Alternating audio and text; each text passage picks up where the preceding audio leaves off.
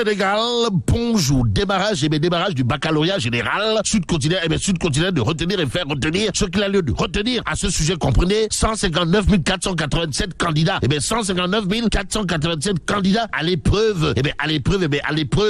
Pour décrocher le premier diplôme universitaire, les élèves de terminale le sont. Et tribune continue d'indiquer baccalauréat 2024, 159 487 candidats. Pour cela, ceci étant dit, tribune continue de nous emmener également à l'Assemblée nationale. Actualité nationale avec à la clé un titre Kouroubaïfal et Mbolde Bouride de tribune quotidien. De quoi s'agit-il, Wai? Benno Bokiyakar va freiner Diomaye sur son élan de dissoudre l'Assemblée nationale. Alors, une lettre sera envoyée au chef de l'État pour l'informer de la situation, indique en tout cas tribune quotidien. Le quotidien du groupe des médias. D'ajouter ce dernier disposera de 5 jours, pour donner son avis favorable ou pas. Qu'à cela ne tienne, retenons en tout cas que l'initiative de Benno semble avoir de fortes chances de succès grâce au soutien du PDS et de Taraou. Souligne en tout cas tribune quotidienne ce matin. Le journal du groupe des médias semble nous renseigner que Ndeketeyo, l'initiative du groupe parlementaire Benno Bokiyakar de freiner Diomaye sur son élan de dissoudre l'Assemblée nationale n'est pas Nyerrounyebe. Alors là, pas du tout Nyerrounyebe, du tout Nyerrounyebe. La preuve avec l'As quotidien qui ce matin révèle fin de l'imbroglio politique au Parlement. Amadou Mame Diop, président de l'Assemblée nationale, prend les choses en main. Et c'est probablement avec la main ferme que le groupe parlementaire Benno Bokiyakar va agir d'après l'As quotidien. Le journal de révéler proposition de loi contre la dissolution de l'Assemblée nationale. Plus de 100 députés favorables à l'initiative des toits. Waouh. Cependant, dans le point actu, c'est Tafsir Choi, ancien député libéral de son État, qui tient à dire à haute intelligible voix, le bureau de l'Assemblée nationale est allé au-delà de ses prérogatives. Quoi qu'il en soit, le président Diomaye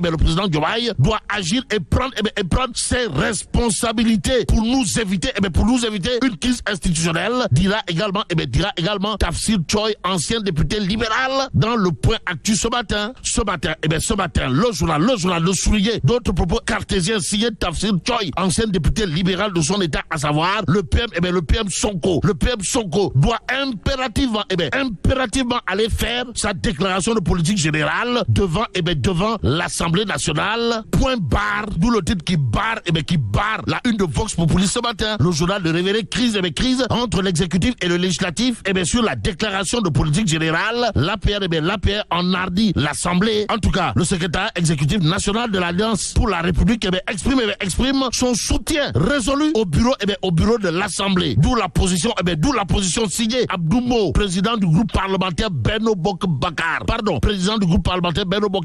qui dans Vox Populi dira nous n'avons pas, alors là pas du tout à négocier quoi que ce soit avec ces gens au pouvoir, et comme pouvoir c'est d'abord vouloir. Retenons également le ton tout du foroc signé Amadouba, député Yewi Askadoui. Comprenez, Benno Bokiyakar brûle la loi organique sur les lois de finances. Alors dans quel pays démocratique où règne l'état de droit, une institution viole délibérément les lois pour protester contre des propos discourtois? Voilà l'interrogation protocole signée Amadouba, député Yewi Askadoui, à lire dans Vox Populi ce matin.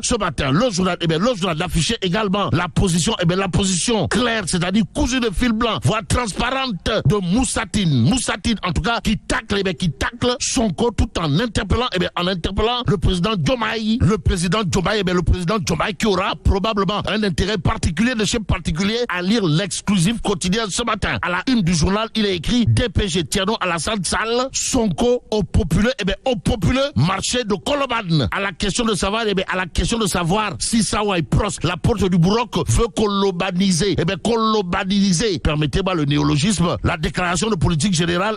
Retenons tout simplement et tout bonnement ce qu'il y a de retenir autour de la position signée Thierno Alassane Sall dans l'exclusif quotidien, à savoir gouverner par la rue contre les institutions est un exercice périlleux dans un pays aux multiples urgences. Mais l'urgence pourrait être la dissolution dissolution, et bien la dissolution, Raking tak taf taf et Jody Jody, pour ne pas dire souket bouket de l'Assemblée nationale. Et là, dans l'exclusif quotidien, c'est Théodore Chérif Monteuil, ancien parlementaire chevronné de son état, qui tient à rappeler qu'il n'est pas possible, alors là, pas du tout possible, de dissoudre l'Assemblée nationale avant janvier 2025. En attendant la suite, intéressons-nous au quotidien, le quotidien. Le journal du groupe Avenir Communication de s'intéresser à la nomination des conseillers. Pourquoi faire? Pour annoncer le gouvernement, de la primature. Gouvernement de la primature Jam. En tout cas, Sawai Pros, la porte du Bourroc, s'est tapé.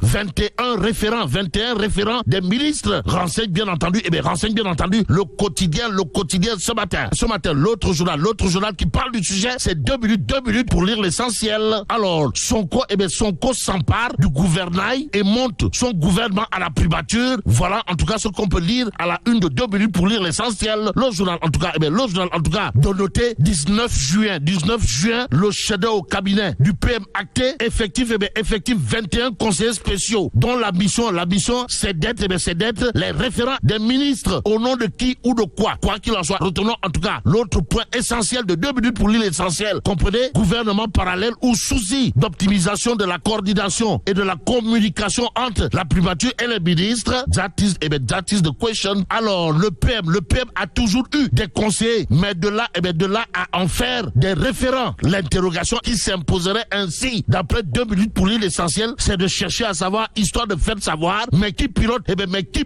l'avion Sénégal. Le président Diomaye qui aura de quoi mettre les mains sur la tête en lisant Direct News pour terminer. Le journal, en tout cas, de révéler carnage foncier à Mbour et Hans Bernard. Mais qui sont ces hommes à hectares? Voilà l'interrogation. Qui barre la une de Direct News ce matin. Le journal de renseigner, après sa visite inopinée sur le site de Mbour 4, le président Bassirou Diomaye Faye s'était engagé à publier la liste des bénéficiaires de ces hectares. Mais jusqu'à présent, cette liste peine à être rendue publique. Alors, qu'attend le président de la République? Interroge Direct News. Le journal de noter, emboîtant le pas au président de la République, Ousmane Sonko s'est rendu à la plage de Hans Bernard ce dimanche 30 juin 2024. Alors, qui sont les bénéficiaires de ces parcelles? Qui leur a octroyé ce terrain? Voilà les interrogations de Direct News. Le journal, en tout cas, de noter que l'ex-DG des domaines, Mamadou Gueye, et le directeur de cabinet du ministre des Finances, Pape Oumar Diallo, doivent s'expliquer. Et par la force dans l'embam. Et là, mais là, t'es donc de Tchei Allah. Foudu Diabati. Bon, que Dieu préserve le Sénégal.